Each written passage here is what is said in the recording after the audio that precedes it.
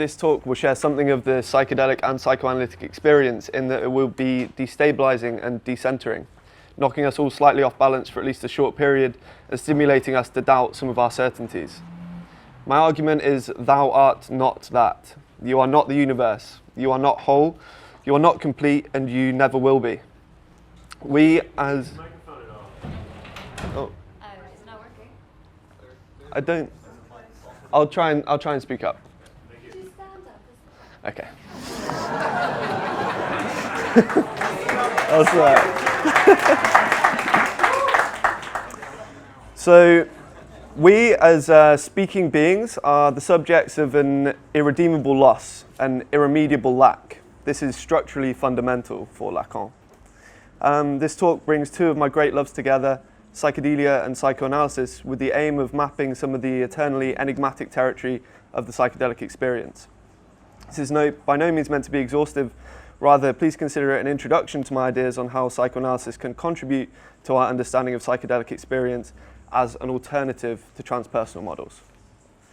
I understand the plurality and complexity of psychedelic experiences, but our limited time necessitates simplification, and for that I apologize. Saying that, we will be going into theory that I imagine will be unfamiliar to a lot of you. I'll try and keep it simple, but what I'm explaining may not always seem straightforward. Lacan is notoriously dense. Please bear with me, it will come together in the end. In his beautifully poetic essay, The Last Messiah, Peter Wessel-Zapp compared humanity's intelligence to the antlers of a great stag, which grew so large and impressive, their weight pinned it to the ground. One of many examples of evolution as a double-edged sword. Ernst Becker, in his Nobel Prize-winning book, The Denial of Death, argues that when we evolved consciousness of self and future, we became aware of our own mortality, and it scared us. We strive to deal with the anxiety which comes with an awareness of our mortality in any way we can. He argued it is a primary motivator of human cultural endeavour. Now, I want to point out that psychedelics are relatively non-toxic, as in you have to take a load of them to be harmed physiologically. Of course, not many people actually know this, and even few know it the first time a tab is on their tongue. Even if you do know this, when you're in the throes of a heavy psychedelic experience, this knowledge may not be available to you, or may even seem irrelevant. You can feel it. You know you're going to die. I'm going to argue that you're wrong. The physical self is not going to die, but the symbolic self, the ego, is. Not that this is a real distinction. What we are afraid of losing is the continuity of our symbolic self, our ego, as the psychological correlate to our physical self. When its integrity is threatened, we tend to experience anxiety, fear, terror, horror, revulsion. Freud emphasized the difference between fear and anxiety in terms of their relation to danger. Anxiety is a state characterized by the expectation and preparation for a danger, even if unknown, while fear implies a determinate object.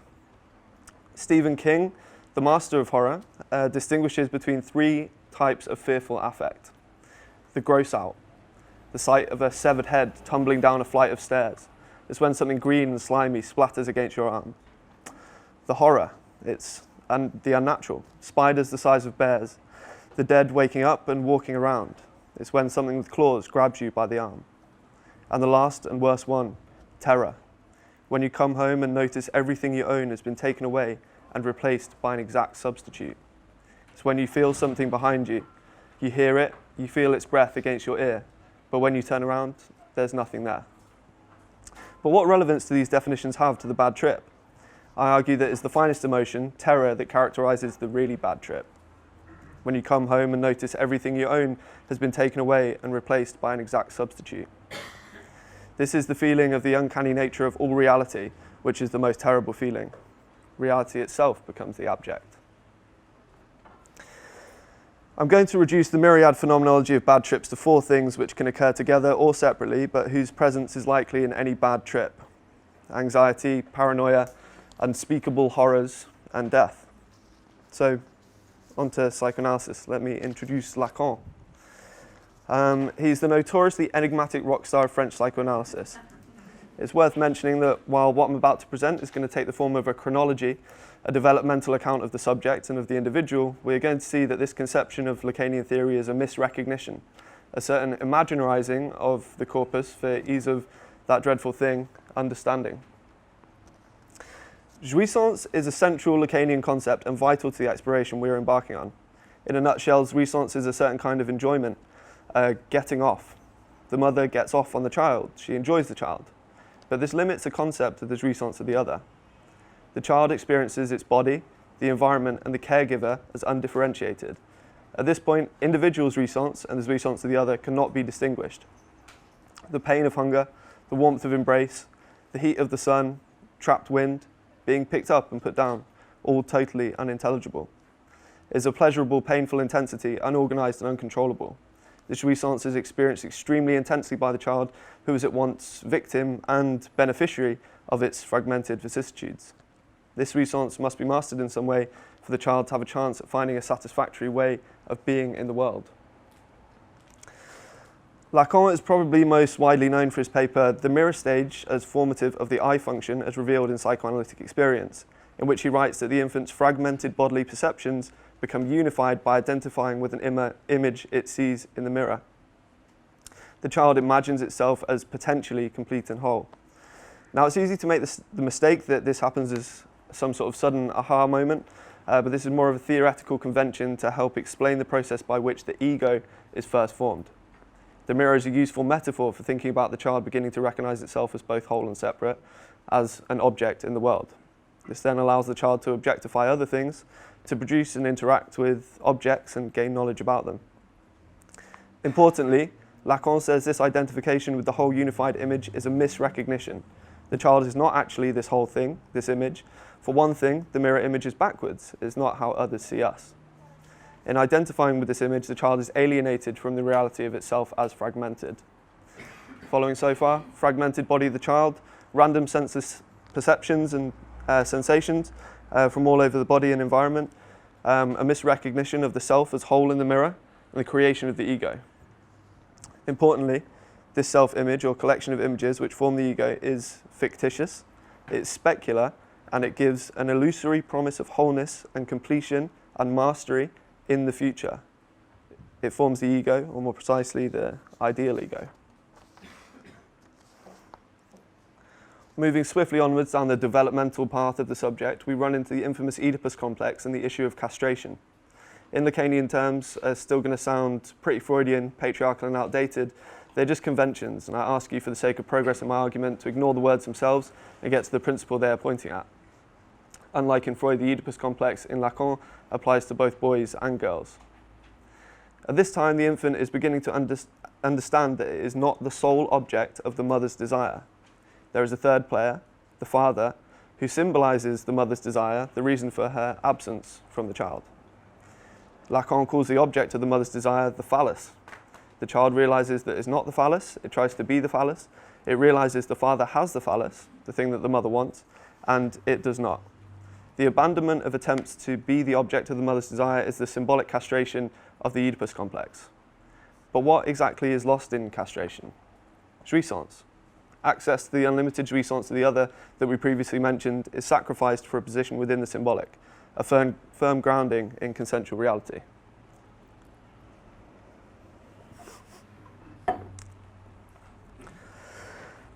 Through this process, the subject is inducted into the symbolic and into language, into the law and culture.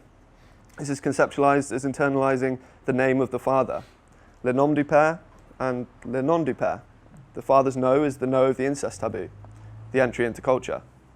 The child sacrifices a level of jouissance, a level of enjoyment, in order to obtain a place within the symbolic. The body becomes mapped by the signifier, and jouissance is drained from it, organized into the erogenous zones, etc.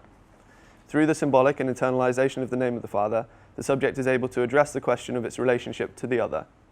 This is characterized by the fundamental unconscious existential predicaments: who am I, and what do they want from me? What is expected to me? What is expected from me? How do I exist in relationship to the other? Answers to these questions act to prop up the image of the ego, and the ego ideal, the values, etc., are bestowed on the child by the other. On entry into language, through the internalization of the nom de père, the subject becomes further alienated from itself.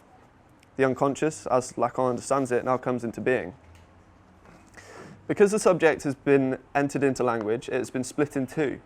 The subject is thus now a divided subject, divided by language. This split can be thought of as between the subject of the enunciation and the enunciated subject. The subject of the enunciation can be thought of as the ego, that to which is referred to in speech and considered to be speaking, whereas the enunciated subject is the subject of the unconscious, the subject that shows itself to be existing in the fact that anything has been enunciated at all. For Lacan, the unconscious is located in language, which is used to express, but also in the language which is left out of expression. Every word or sentence we use implies all that we have left out. Every word, every way of expressing what we are trying to say requires us to leave out many other ways of doing it and many other things we could have expressed. For Lacan, the unconscious is not some submerged storehouse of repressed material in the depths of the psyche. It is not some substantialized thing or place, a repository with contents or somewhere archetypes, whatever they are, reside. Repression is not the burying of some dirty secret from oneself and others. The repressed for Lacan is always already the return of the repressed. Slips, muddled words, dreams, symptoms, all betray a line of thought which has been left out of speech. It is these manifestations which show the presence of something somehow linked but unexpressed. It's worth here spending a second on the notion of the subject. The Lacanian subject is not the subject of Western philosophy. It is not the ego. It is not what modern academic psychology claims to study. The subject for Lacan is a kind of pulsation. It's an event rather than a unified central subjectivity. Psychology objectifies it, imaginarizes it as an already whole, a complete subject which can be the object of study. This subject of psychology for Lacan does not exist. The subject is mistaken for the object that it misrecognizes itself as, the ego. Conceptualized as such, the subjectivity is removed from it because it is objectified, creating an ethical problem for all disciplines which would seek to study the subject as an object. The subject becomes conflated with the ego, objectified, and the unconscious denied. When one has internalized the name of the Father and is anchored in the symbolic, an important thing happens. Language and meaning become quilted together. Pont de capiton literally means quilting point, like on a piece of furniture where two pieces of fabric are fixed together without any third point of contact to any real terra firma.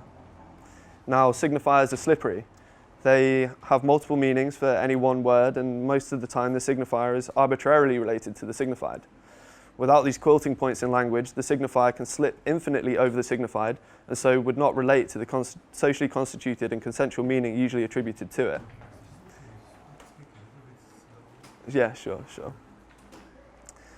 It's through the correlation of quilting points that language is comprehensible between subjects. My argument is that psychedelics, at increasing doses, loosen or altogether remove many or all of these ponts de capiton, allowing the signifier to slip over the signified, simultaneously occurring with distortions in perception. These perceptual distortions and loosening of connections to consensual meaning can be destabilizing. Lacan defines psychosis structurally by the foreclosure of the name of the Father. The name of the Father is left out.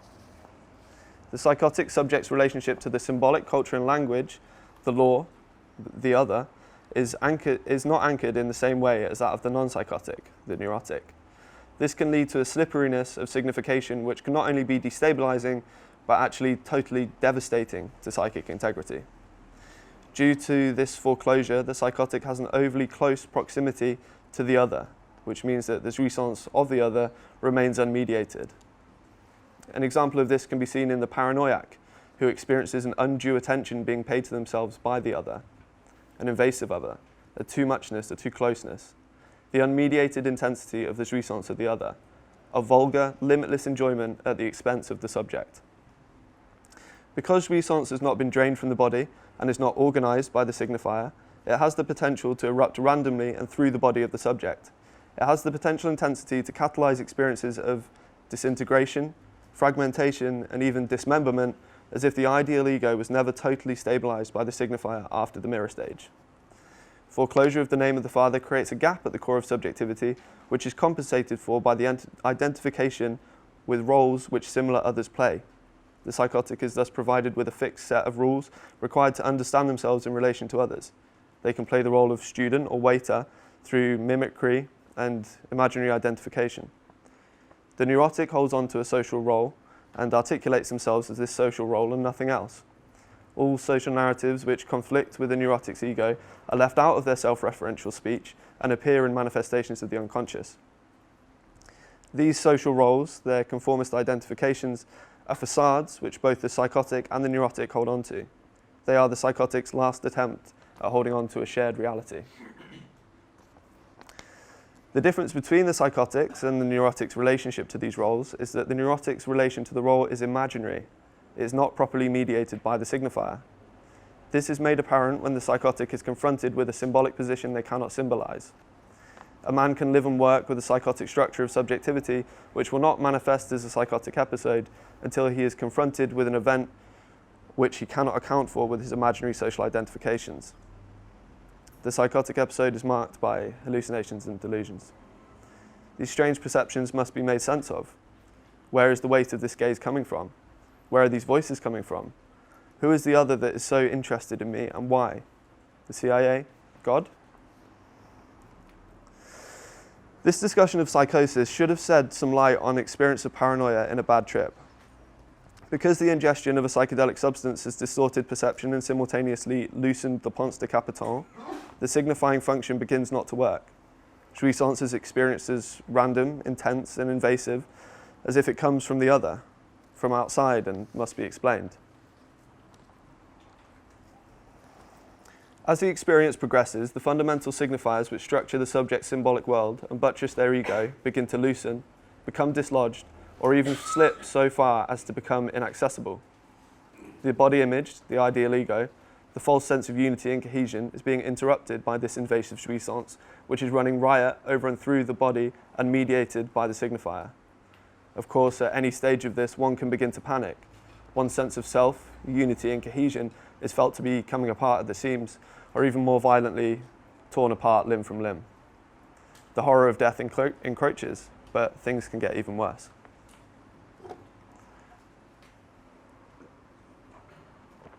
Kristeva introduces the concept of the abject. The separation of the infant from the mother in the establishment of subjecthood is called abjection. The abject is that which is rejected during the separation of mother and infant, is that which blurs the boundaries between the subject and that against which it defines itself. It is that which occupies the space between the subject and the other, threatening the boundary between them. So for the Lacanians in the room, this should be abject with a small a. For instance, Kristeva gives the example of a corpse. If one was to encounter a corpse on the road, one would feel revulsion and fear. This, she would argue, is not because it is dangerous or physically threatening, but because we recognize ourselves as the corpse. We realize that we are, as well as our symbolic self, also an object. The corpse blurs the boundary between that which we think we are and that which we actually are. The abject points to the fragility of the entire symbolic order, the way one understands the world and one's place in it. It is the area where meaning crumbles and falls away. Kristeva argues that even into adult life, the mother's body poses a threat to identity. It is a reminder of the time spent undifferentiated from and at the mercy of the mother, where one has no concept of self or identity. The abject is a reminder of that which one was before one was a subject, non-existent. Thus, I argue that the psychedelic bad trip at its most extreme is essentially experiencing the abject. It's a quiet terror. The quiet terror of realizing you are already dead, realizing that everything is exactly the same, yet there is something uncanny. It's already too late. When you come home and notice everything you own has been taken away and replaced by an exact substitute.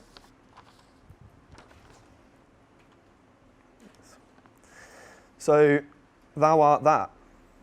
In Advaita Vedanta, which is a Hindu philosophical school, Atman, the essential self, is said to be the same as and undifferentiated from everything else, the universe, Brahman. So why the title? Why thou art not that? The that in thou art that here is the other of language, law and culture. One certainly exists in that, or at least constituted by that, formed totally in its image and by its word as an ego, but one is not an ego. One is a subject, a speaking being.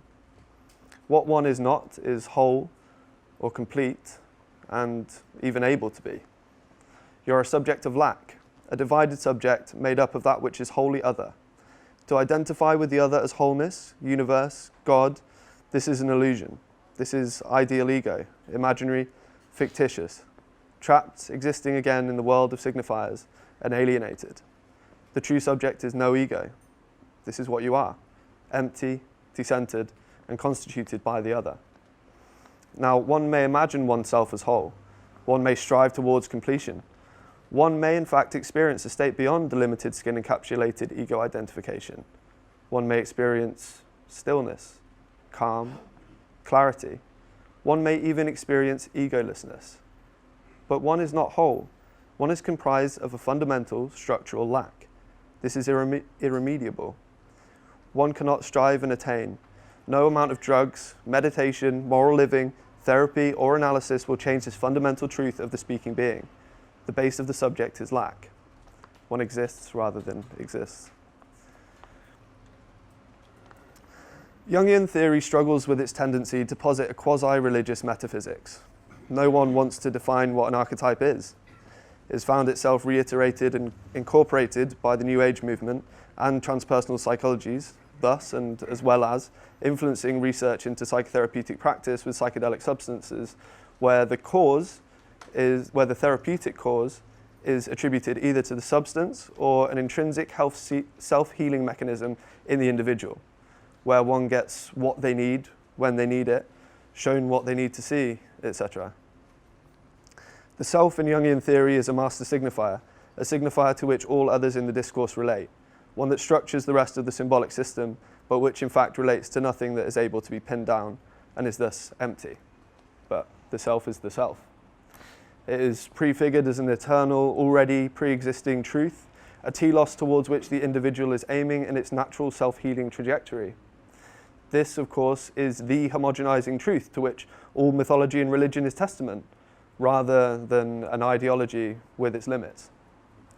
Realization of the self becomes the one true goal, the only real ethical movement, one that obscures other goals and issues such as political struggle and ends in the creation of inward-looking, individualized subjects. By taking Jung as its godfather, psychedelic psychotherapy runs the risk of becoming another depoliticizing force, another form of neoliberal responsibilization. Now, I wouldn't want to throw the baby out with the bathwater. There certainly is insight and useful things throughout Jung's work. I think his work on integration of experiences is invaluable to the psychedelic therapy, and his ideas are certainly beautiful.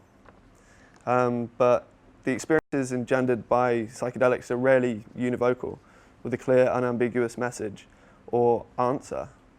It is the setting of intention and the framing that primes the mind to look in that direction. And even then, one may experience something with little relevance until one associates to it.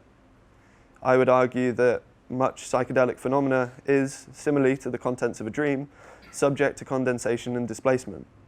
This is not to claim that there is some fundamental latent content to be discovered, but more that the contents are extremely rich sources of material for free association that can be used within the therapeutic and analytic setting to help the client progress in their treatment. People often claim that psychedelic experiences can produce fresh meaning every time they are reflected upon for many years after. In this way, they may provide grist for the psychoanalytic mill. Perhaps if dreams are the royal road to the unconscious, then psychedelic experience, as Ben Sessa said, may be the technicolor superhighway.